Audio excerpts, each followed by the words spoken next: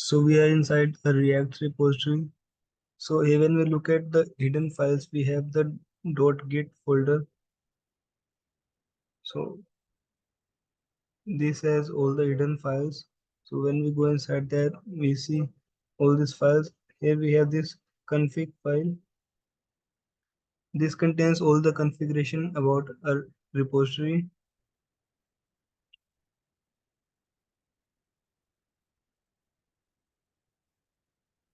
We see all the settings that we want to do in our local repository or the global settings that will be applied to all the repositories.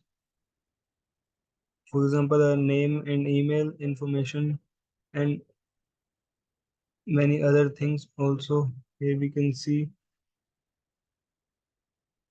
in the global settings for all the repositories, we just write git config. For example, we want to see the name. So user.name, we have our name set on the global settings, and for local, we see that there is no name set particularly for this repository. So we can set that by writing the name here in the quotes. So then that name will be set for a local repository that we are currently in.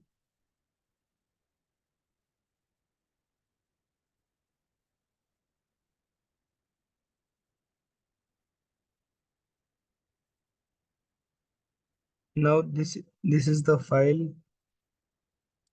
This is the config file. So this has the URL of the remote branches. So this is what we clone from the GitHub remote repository, and other general information like user. When we set that name in the terminal, this gets updated automatically here, and about different branches.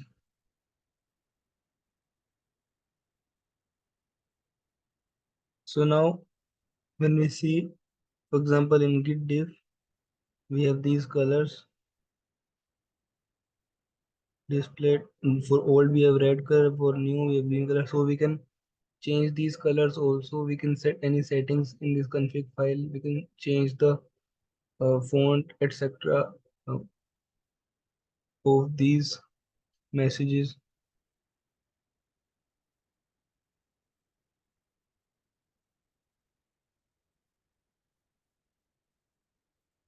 First, we this has also has a different syntax. First, we write this UI to true, and first write this color and then UI to true. Now, to give color of the branch. So now, for default,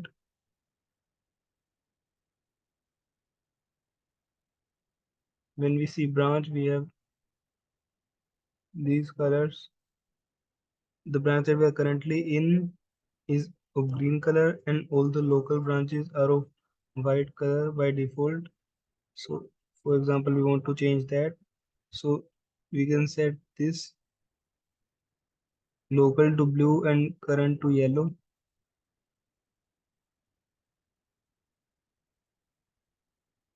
So first we change the local to blue. For example, this will be displayed, and then current branch to yellow. So this will be displayed. We have to use these words local and current like this. And then it for diff, this is for branch color, and we write branch in double quotes. And for example, git diff, yeah, color diff for old we have blue, and we can have bold, italics, etc. And for new we have green, bold. So this was like the old diff, and this gives the new diff changed colors.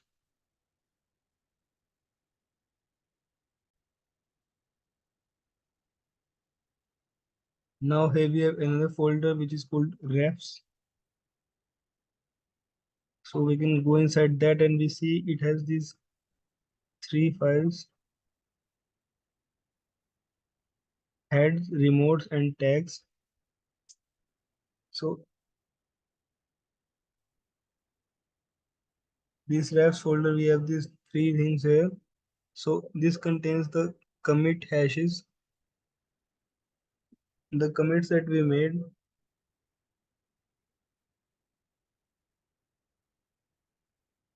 So inside this folder, we have heads folder. Here we have all the branches. So this was the new branch that we made, and this was a main branch. So we have the commit hash of the last commit that this branch head is referring to. So the head refers to has the branch reference with the latest commit. So that commit hash is present here.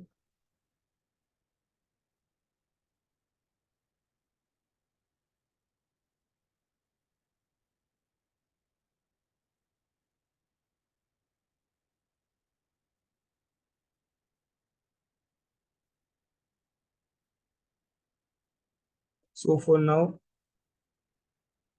for example, we are in a new branch.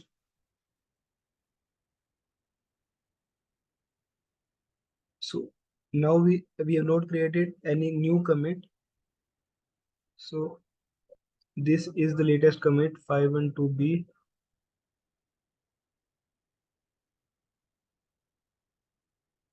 and right now the main branch is here because this is the last commit where we did the main branch, and we created the new branch here. And when we have not made any new commits, we have not changed anything after that.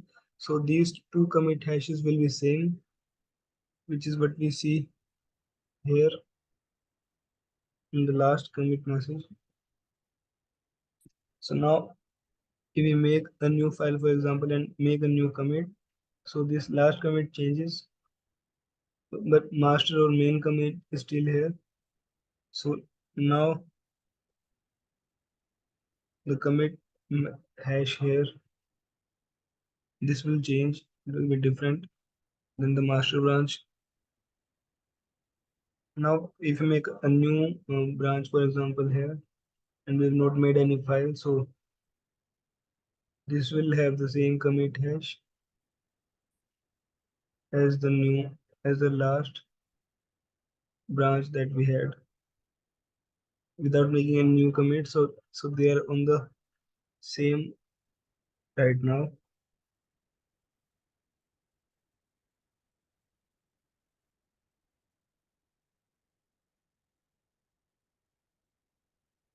Now we have this remote's origin here.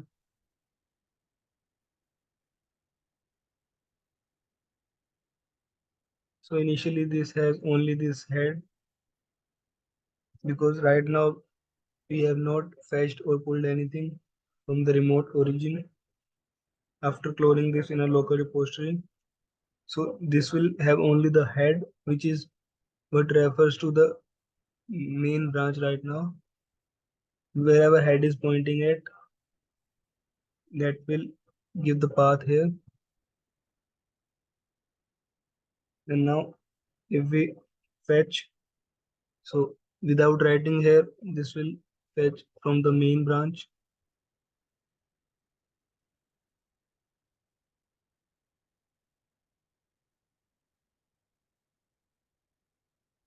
Now when we look at the head, we have this main also, and we have this commit hash of the last commit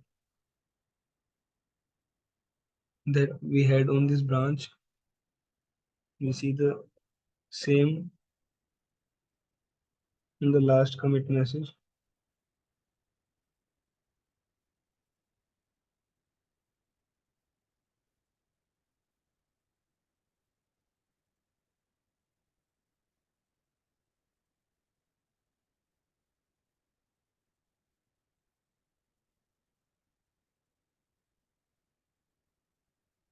Now we have this for tags also.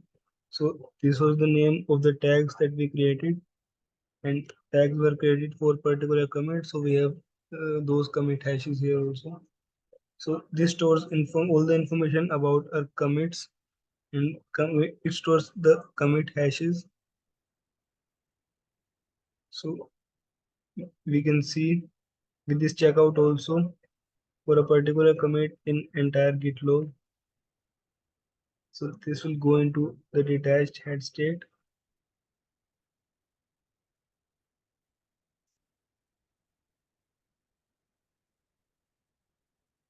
And then after the detached head state, we will see the path here also will change.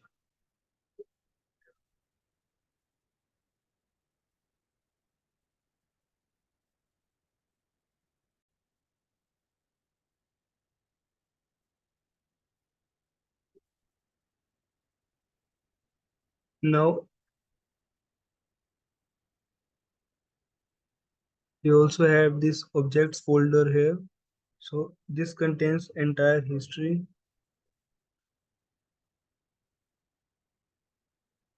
So this contains all the repository files, all the backups of all the commits,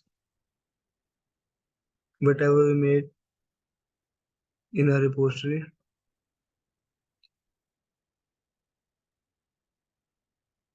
So we can see the objects folder here.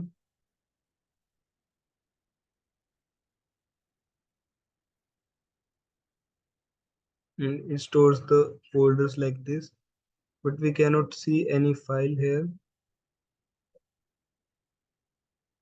We can open the files, but they are all encrypted.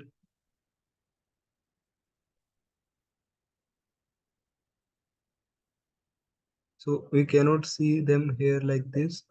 So these stores all the backup of all the files and commits, etc. we made in a repository.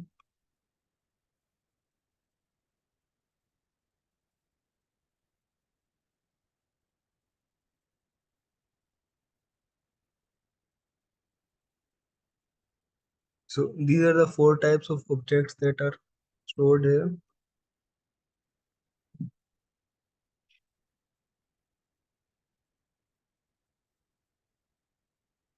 And the commit message, commit hashes that we have, these are called hashing functions.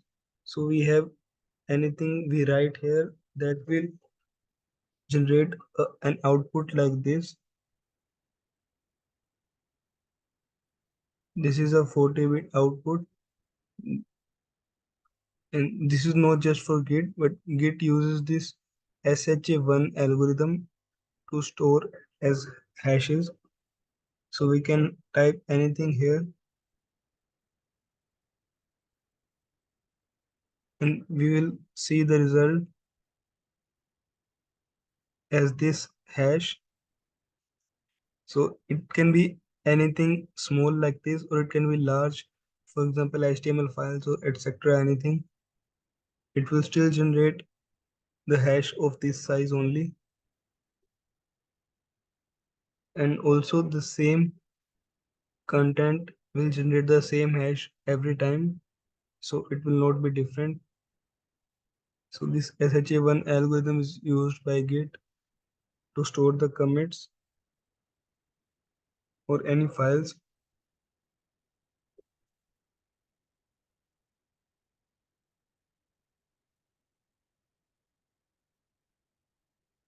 So this is a way of encryption.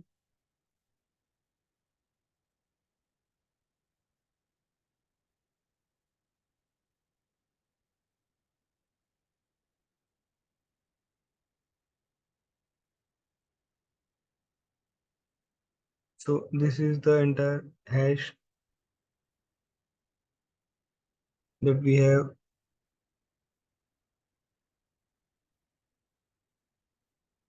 Now we have this echo command. Whatever we write here will just come back. Git will give back this. So by using this, we can create a hash object. So we write git hash object, and with this, for example, for this hello world, we want to create the hash object. So and this stdin means it is standard. So it just creates this hash object. So this will be created like this, and if we try give it again, this will give the same.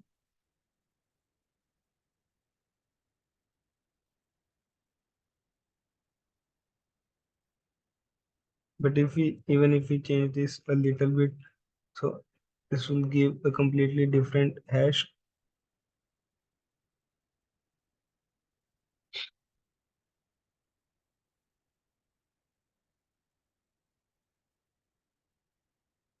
And it has certain rules. So it is a one-way function which cannot be inverted. So a hash cannot be inverted to a text.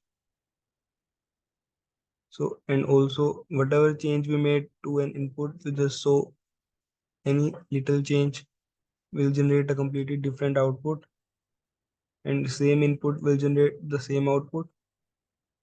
And with same value, we cannot find two outputs here.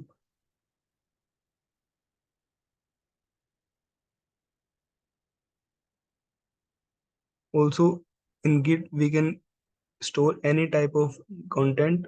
So, for example, just here, we just write some text here, and Git will store it like this with this hashing object. So it does not necessarily have to be a file. It can be any text we write here also.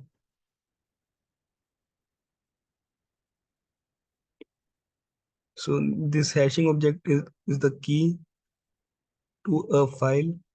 So we store it like this, then we can use this key to get the file, get the values.